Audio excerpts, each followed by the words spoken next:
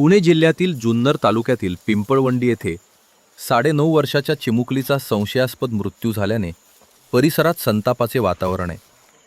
18 August रोजी मुलगी बेपत्ता झाल्यानंतर कुटुंबियांनी पोलिसांकडे तक्रार दाखल केली होती.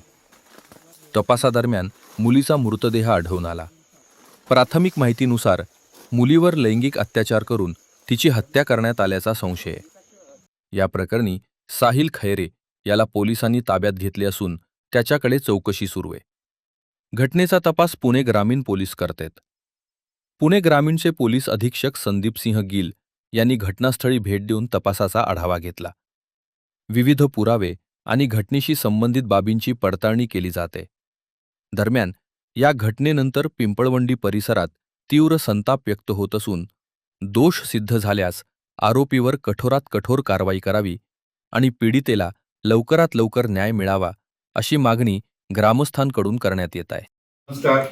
काल दिनांक 18/8/2026 रोजी जुन्नर तालुक्यात आळेफाटा पोलीस स्टेशनच्या हाती पिंपळवंडी नावाच्या गावात दुपारी 2च्या दरम्यान एक 25 वर्षाच्या युवकाने त्याचे हिय समाजाच्या एक 10 वर्षाची मुलगी जे त्याचे घराची शेजारी राहत होती आणि त्याचे ओळखीची होती, त्याला ते पेरू खायचे या नावाने तो शेताकडे घेऊन गेला आणि गावी बाहेर साधारण 1 ते 1.5 किलोमीटर पुढे जाऊन शेतात ऊसाची शेत आणि पाण्याचा एक ओढा आहे, त्याच्याजवळ त्याने त्याच्यावर लैंगिक अत्याचार केला आणि लैंगिक अत्याचार केल्या आणि त्याची हत्या करून टाकली.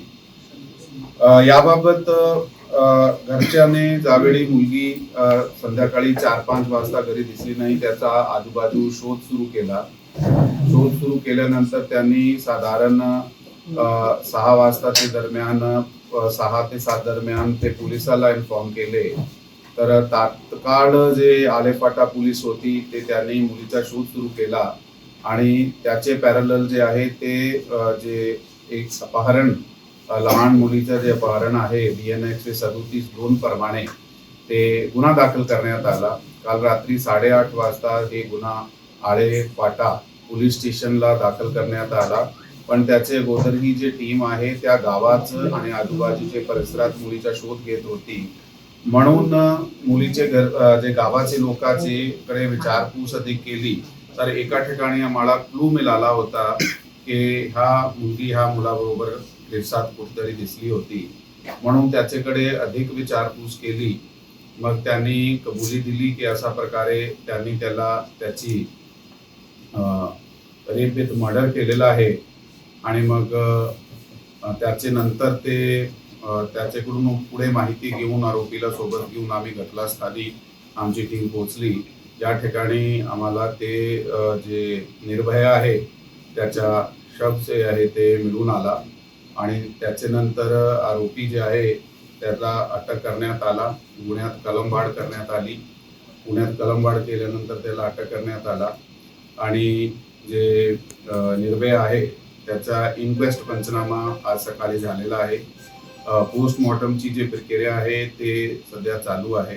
गावाचे लोकांचे जे प्रश्न होते त्याच्याशी आम्ही स्वतः भेटलो आहे आणि त्यांना आम्ही आश्वासन दिलं आहे की ही जे वाईट घटना घडलेली आहे, दुर्दैवी घटना, त्याच्यात आम्ही 15 दिवसाच्या आत जे आहे ते चार्जशीट जे आहे ते माननीय कोर्टात दाखल करणार आहोत आणि त्याच्यात जलद गतीने जे आहे ते पुढे तपास आणि प्रॉसिक्युशन होईल याबाबत त्यांना सांगण्यात आले.